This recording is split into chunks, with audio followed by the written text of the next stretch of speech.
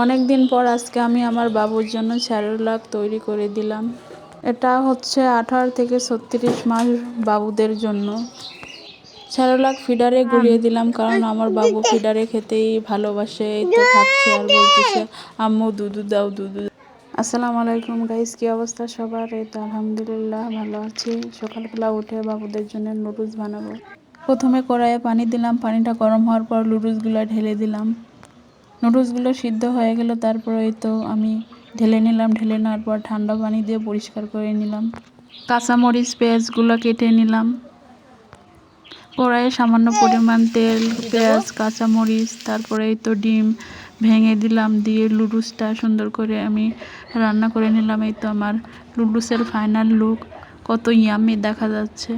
আমার বাচ্চারা নুডলস খেতে খুব পছন্দ করে। আমার ভিডিওটা কেমন লাগছে অবশ্যই লাইক, কমেন্ট, শেয়ার করে জানাবেন। আল্লাহ হাফিজ।